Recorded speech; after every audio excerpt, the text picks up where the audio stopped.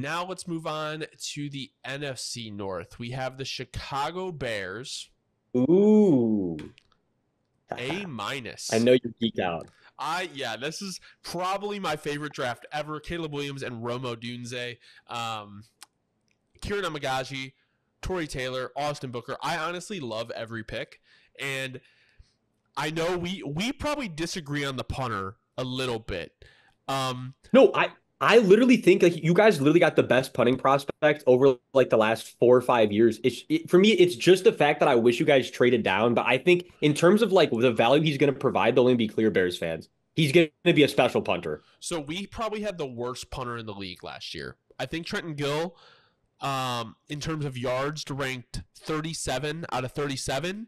And in terms of, I want to say position or something like that, he ranked like 33 out of 37. Like he was bad, like really bad. And, to say, maybe he's the true generational talent out of our draft class. But I mean, Kieran Amagaji, I think he could compete to play left tackle with Braxton Jones. Probably not year one, maybe year two. But at the end of the day, you could always look at him as a guard as well. I know there are some projections as guard. And then Booker, obviously, he could be a depth piece on the edge. We need those, so... I think what you're going to say, well, because we got to touch on every pick. Like, I love literally the Caleb and Rome duo. I mean, this is going to be a special duo for years to come. Like, that's obvious. We get that out of the way early.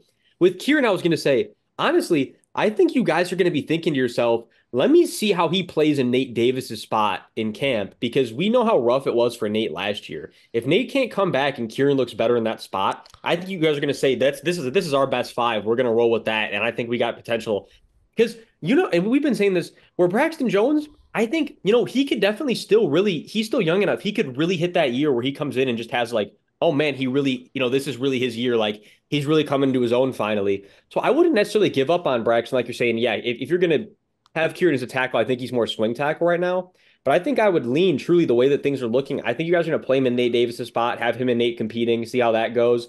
If Nate ends up being the starter, then you just swing tackle Kieran. But either way, he's going to be fantastic depth. And if he's not fantastic depth, he's going to be a great starter. And then with Austin Booker, one of my fucking guys, man. One of my fucking guys. And at pick 144, the bend, the arsenal of moves, the Senior Bowl tape, the Bears had a fantastic draft. Yeah, I had a feeling they were going to trade back in because I was like, there's no way they don't touch the defensive line in this draft. Like, we needed an edge. And I will say this about Nate Davis and Kieran is if Nate Davis becomes your interior backup with Ryan Bates, you have a really good fucking line. And another thing is Larry Borum is, I believe, on the last year of his deal, and he's set to make like $3 million. He's probably going to be a cut now because they have Kieran. So we save a little money there and get like higher upside. I think Borum was an okay swing tackle. I don't think he's really worth keeping around.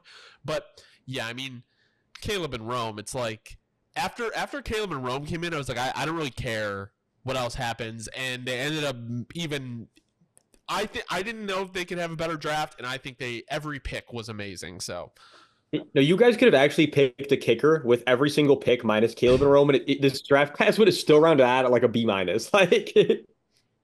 was just that sets the floor so high. Any last thoughts on the Bears? No, just absolute. This was the class. This was the class that is going to revitalize the Bears. That's the bottom line. Moving to the Detroit Lions, we have them at an A. You know me. I just talked about my Bears, so go ahead with the Lions. We'll switch off every time, but bro, how do you even magnify how good of a class this was? Like, I think in terms of like because I'm going to keep saying about Lions. I don't mean this to say in a hurtful way. I mean it to be in a positive way.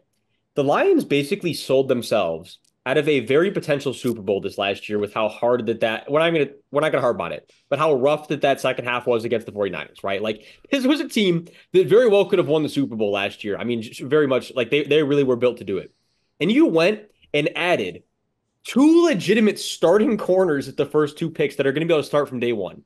Well, you already have Carlton Davis all of a sudden. So now you have 3 very viable starting corners where it was your biggest weakness last year. Yeah, no, and so you can come out and play dime as much as you want. You're going to have you have a loaded team for it. Giovanni Manu, I'll admit, a little bit. I don't really know much about him, but I know in terms of the athletic upside, I get it. I get why they made that pick. Sione Vaki, I guess they're going to be playing at running back. I'm a little confused Interesting. on that, but I get it. Like it's going to be, it'll be interesting to see just kind of more of a scat role, more of a blocking role for on third down and stuff. That's I don't definitely mind what it. it I think is. it'll be good value for what he's going to do. And then Micaiah Wingo in the sixth round though, and then Christian Mahogany.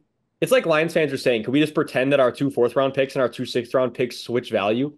And if you do that, I mean, like this is one of the home run classes of the entire. I mean, every pick that they made fills out a need, and more importantly, I think almost every pick that they made was probably better value than where they got them on the board. The Terrion Arnold and Ennis Rakestraw picks. Like I was moving that day and I didn't see that they took a Rakestraw in the second round. And I was like, oh my Lord, they just got a first round talent in Ennis Rakestraw. Like, I think Ennis Rakestraw could have reasonably gone 31, 32. I thought he was an early second talent, but it's like to get Arnold, to get Rakestraw, and have like they improve the weakness of their team so much in this draft, and I hate it. I mean, they're going to have to defend it with all the weapons in the division. I mean, think about it: Jordan Addison, Keenan Allen, DJ Moore, Romo Dunze, the Packers, all their rookie contract receivers. Like, the NFC North is kind of a low key one of the toughest divisions in football. It's super young. Like, think about it. Like, the Vikings are like the oldest team in the division. I was gonna say they're like bold prediction.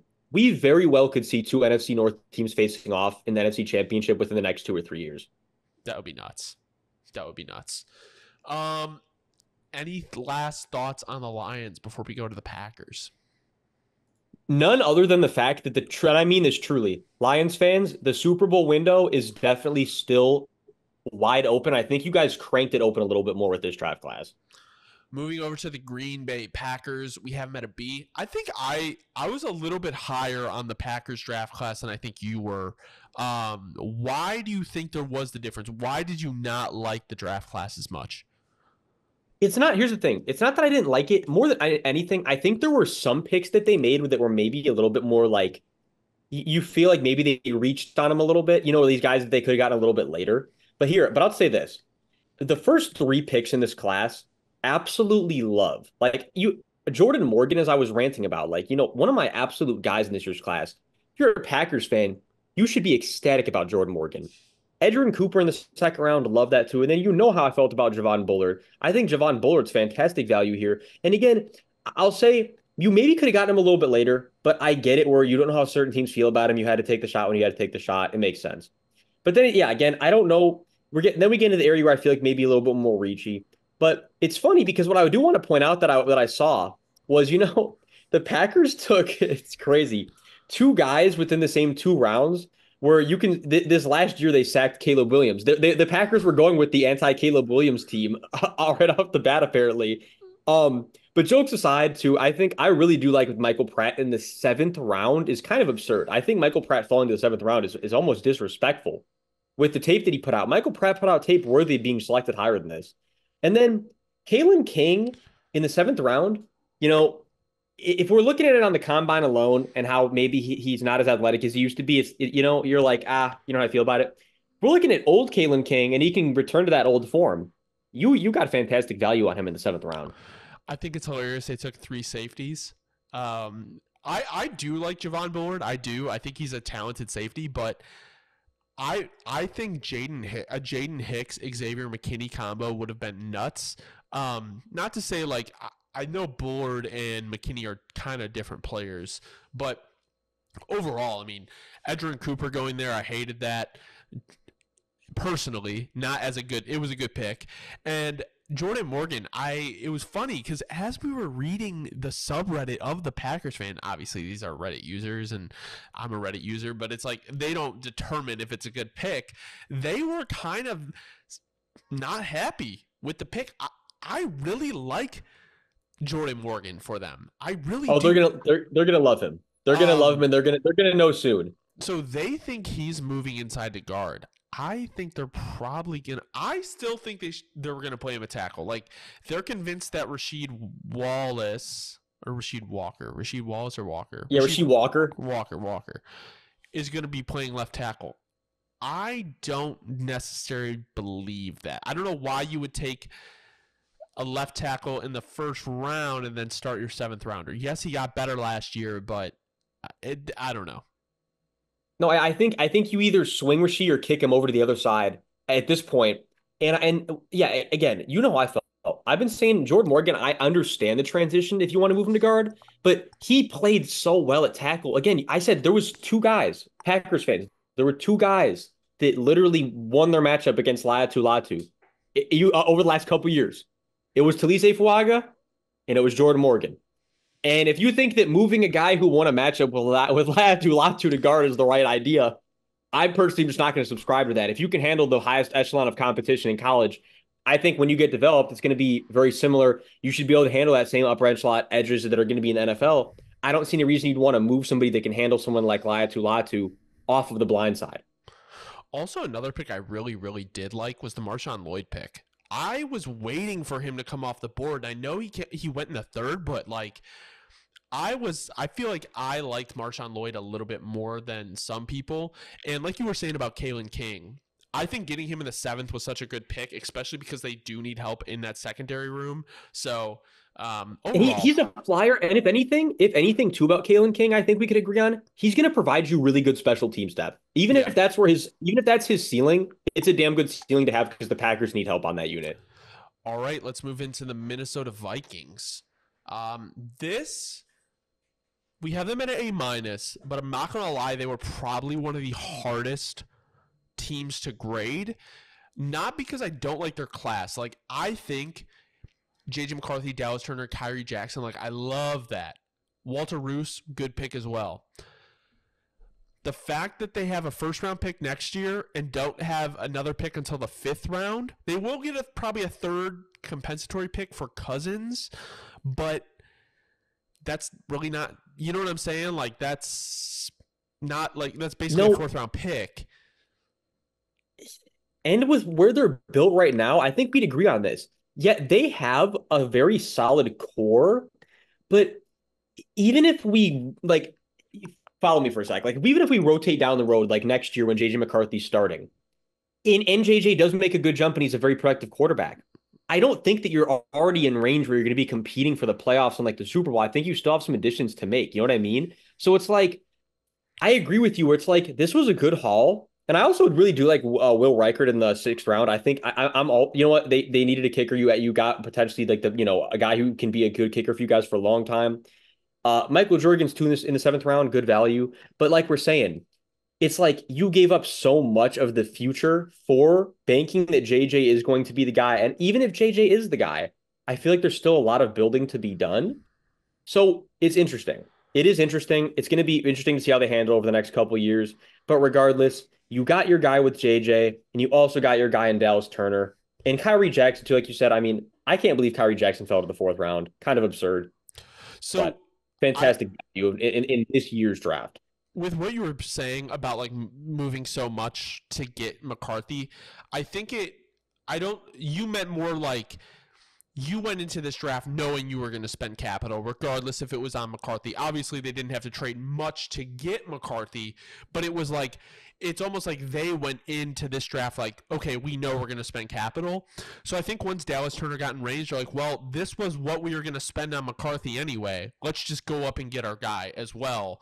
And I think Turner, I think you get two blue chip players in Dallas Turner and JJ McCarthy, which is good. No, That's 100%. That's why I had so much trouble with this, because it's like I really actually really do like Kyrie Jackson too. And you got two blue chip players, but like the lack of draft capital you have last year, but obviously the Bears didn't have it was all, I guess it was always talked about like the Bears had lack of draft capital this year, but like it really didn't end up mattering. Like they end up having 5 picks. So I don't know. Like I like their class. but it was the hardest to kind of analyze to me. Because how about this? Because well, this is what we can agree on.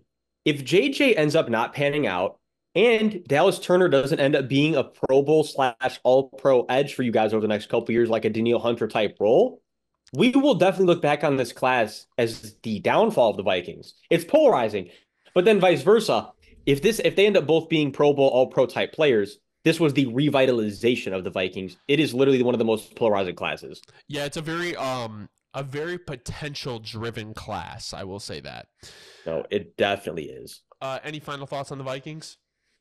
No final thoughts other than just it's boom or bust, Vikings fans. It's boom or bust.